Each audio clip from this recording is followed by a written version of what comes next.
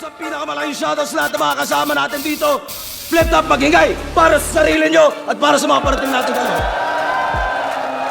Yo, yo, yo! Welcome to the Flip Top Arena. Ang laban ngayong gabi, issue ng love at sex. Puso ba o puro physical na koneksyon? Sa kaliwa ko, naniniwala na sa lalim ng pag-ibig, Beko Pardillo!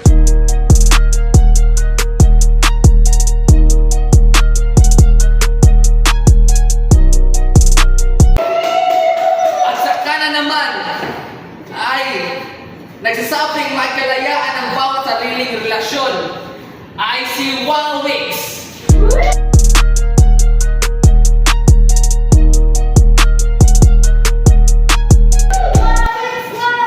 At ngayon, mag-flip ako ng coin. Heads ba or tails? Heads. So heads, at ikaw sa tails. Sige.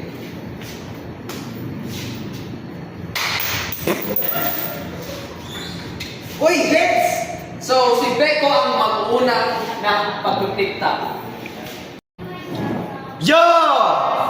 Rinig ba? Rinig? Rinig! Ang topic natin ngayon ay usaping sensitibo.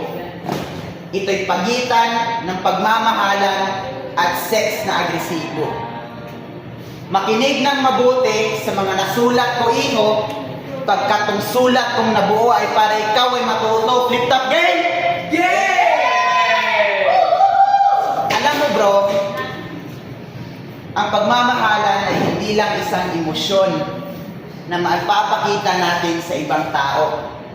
Ito ay isang pundasyon na sa pagmamahalan na buo. Hindi basihan ng init ng katawan sa loob ng 1 o 2 minuto. Pero dapat tandaan na sarap ay dadaan pero hindi ang makontento. Alang sa pamilya na mabubuo mo pa at apelyido'y madala ay baka biglang maisipan sex pa rin mahalaga. I-remind lang kita para makapagtanto ka na ang love ang nakasentro sa pamilya. Time. Oh, silver. Ang lalim ng analogy mo!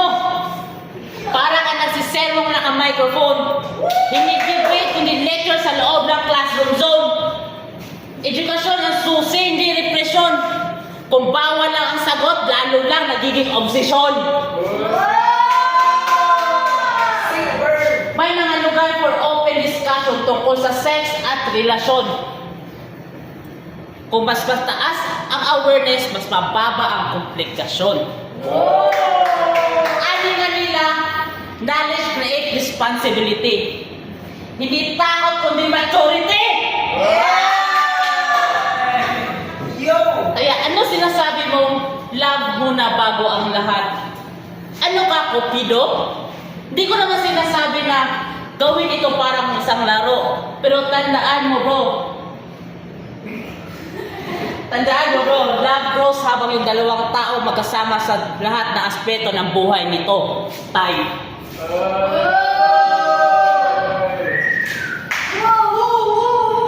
Yo! Yeah. Na-split pa nito na para daw leksyon sa teaching zone. Ngayon kaharap mo ay values education. Ngayon bibigyan kita ng leksyon. Yo! Nagiging excuse na lang yan para gawing playground ang damdamin ng kabataan. Kung walang commitment, sex ang nagiging komplikasyon.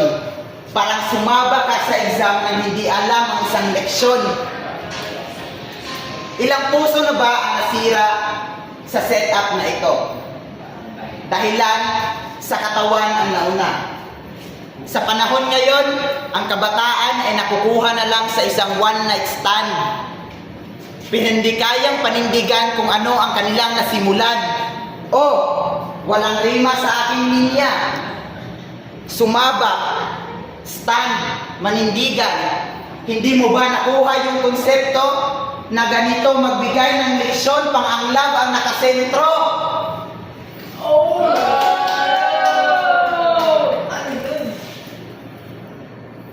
Ang respeto sa sarili ay isa ring pundasyon sa relasyon. Kung hindi mo kayang ingatan ang puso, paano pa kaya yung emosyon?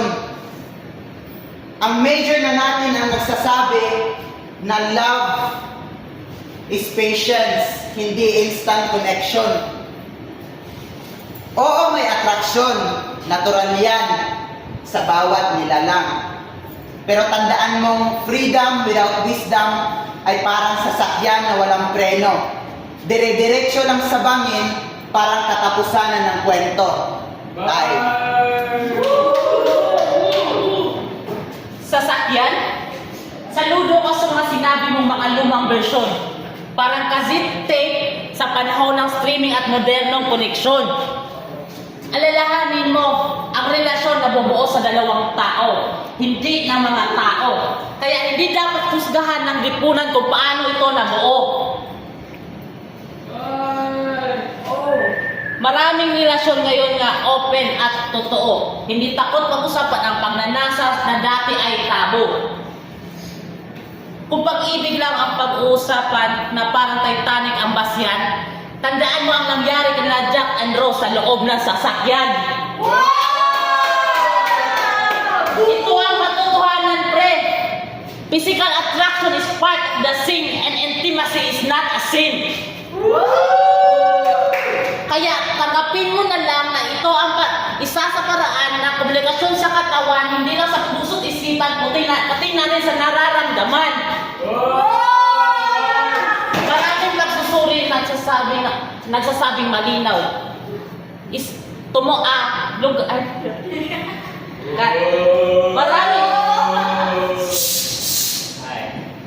Maraming ng pagsusuri nagsasabing malinaw, nagiging healthy ang relasyon pang may emosyon at galaw. Hindi ko sinasabi puro sex ang relasyon. Pero kung tatanggalin mo to para itong isang kantang walang perkusyon. Paumanhin, pero para sa isang healthy na relasyon, balanse ang tunay na direksyon. Time.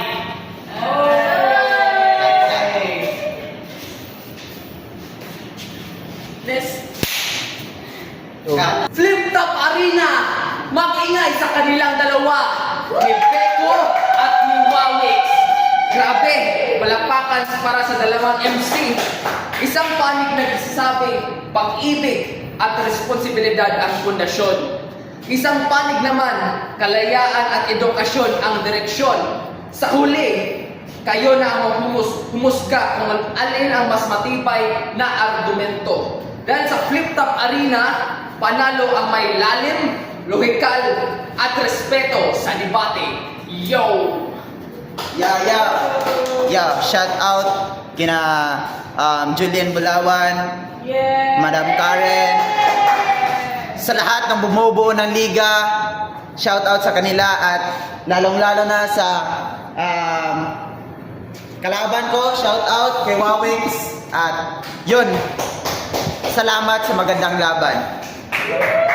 Yo, shout out kay Sir Dindo, sa lahat ng kaklase ko, ni Junie, ni Benz, ni Madam Ortiz, and pati na din sa kalaban ko. It's a great fight, and I wanna say thank you all sa suporta at lahat-lahat. Kaya maraming salamat.